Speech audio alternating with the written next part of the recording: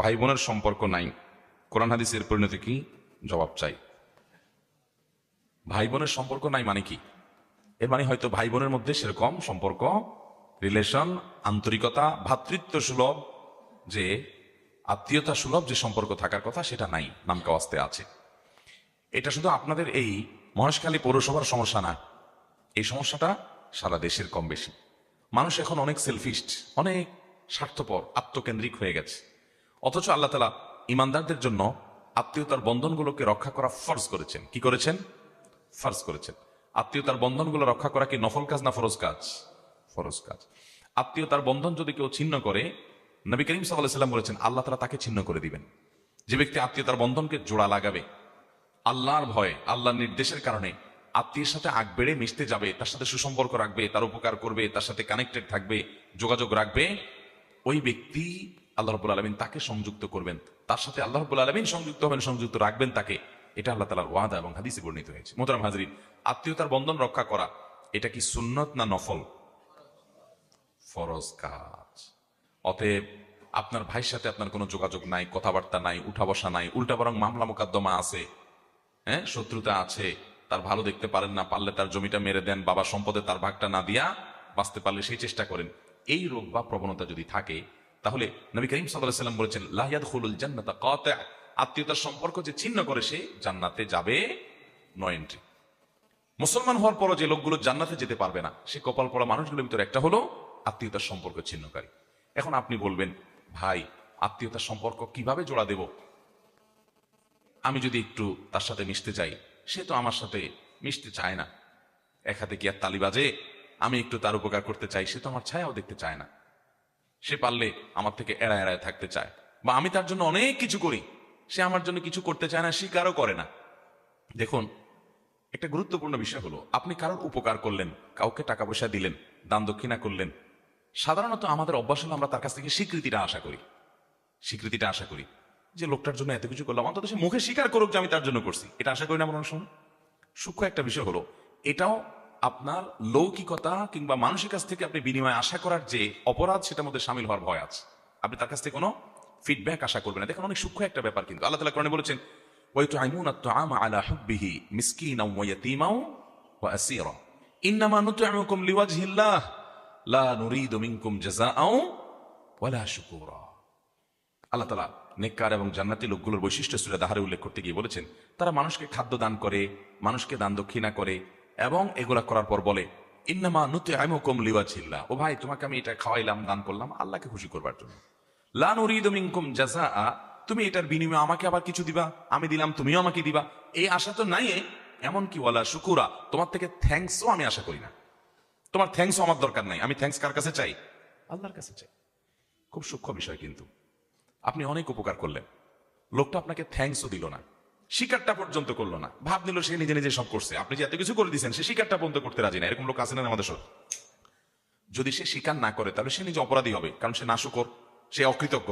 কিন্তু আপনি স্বীকারের আশা করবেন না। অনেকে আছে না, ওর জন্য আর কিছু করবো না, এত কিছু করলাম, নিমক হারাম, স্বীকারই করে না, তাহলে ওর জন্য আর কিছু করবো না। এরকম আমরা করি কি করি না?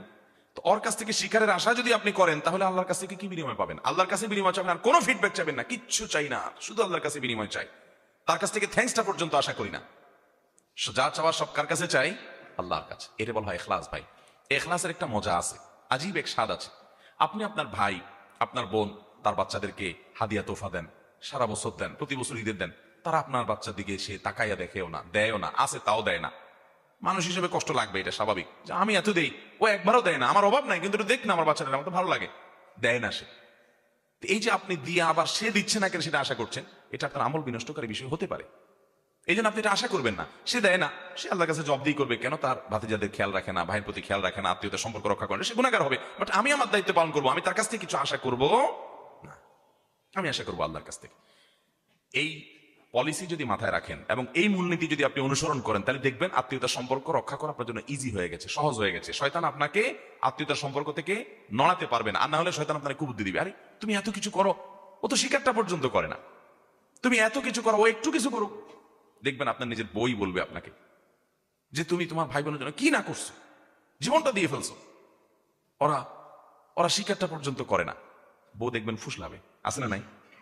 তখন বউকে এ ওয়াজ শোনাই দিবেন যে আমি আমার দায়িত্ব পালন করছি, ওর কাছ থেকে কিছু পাওয়ার আসে না, ও আমার জন্য চুল পরিমাণ কিছু না করলেও ওর না করার কারণে আল্লাহর কাছে জবাব দিয়ে করবে, আমার কোনো সে নাই, আমি যা করছি এটার বিনিময়ে ওর কাছ থেকে কিচ্ছু চাই না, থ্যাঙ্কসটাও চাই না। আল্লাহ কোরআনে নেককারদের প্রশংসা করে তাদের বর্ণনা দিতে গিয়ে আল্লাহ বলেছেন লা নুরিদু মিনকুম জাযাআন ওয়ালা শুকুরা, তারা দান করে বলবে তোমাদের কাছে, ও ভাইরা তোমাদের যাদের দান করলাম, উপকার করলাম জীবনে, তোমাদের কাছ থেকে বিনিময়ও চাই না, শুকরিয়া বা কৃতজ্ঞতা থ্যাংক ইউ আশা করি না। তাহলে এইভাবে যদি আপনি দেখেন তখন আত্মীয়তার সম্পর্ক রক্ষা করা কি হবে? সহজ। এক ব্যক্তি আমাদের প্রিয় নবী সাল্লাল্লাহু আলাইহি ওয়াসাল্লামের কাছে আসছেন, এসে বলছে ইয়া রাসূলুল্লাহ, আমার এক আত্মীয়, আমি তার সাথে মিশতে চাই, কিন্তু এই আল্লাহর বান্দা পারলে আমার ক্ষতি করে, আমার গোষ্ঠী উদ্ধার করে, মামলা মোকদ্দমা করে, অযথা আমার সাথে গন্ডগোল ফাসাদ করে, আমি চাই তার সাথে একটু ভালো করতে, কিন্তু সে আমাকে এগুলো করতে দেয় না।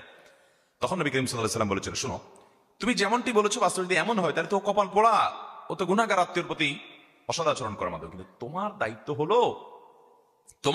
হলো তুমি তার প্রতি সুসম্পর্ক বজায় রেখে চলবে, কারণ লাইসাল ওয়াসিলু বিল মুকাফি, আত্মীয় দেয় সেও দেয়, আত্মীয় ভালো করে সেও ভালো করে, এটা আত্মীয়তার সম্পর্ক রক্ষাকারী না। আত্মীয়তার সম্পর্ক রক্ষাকারী কে?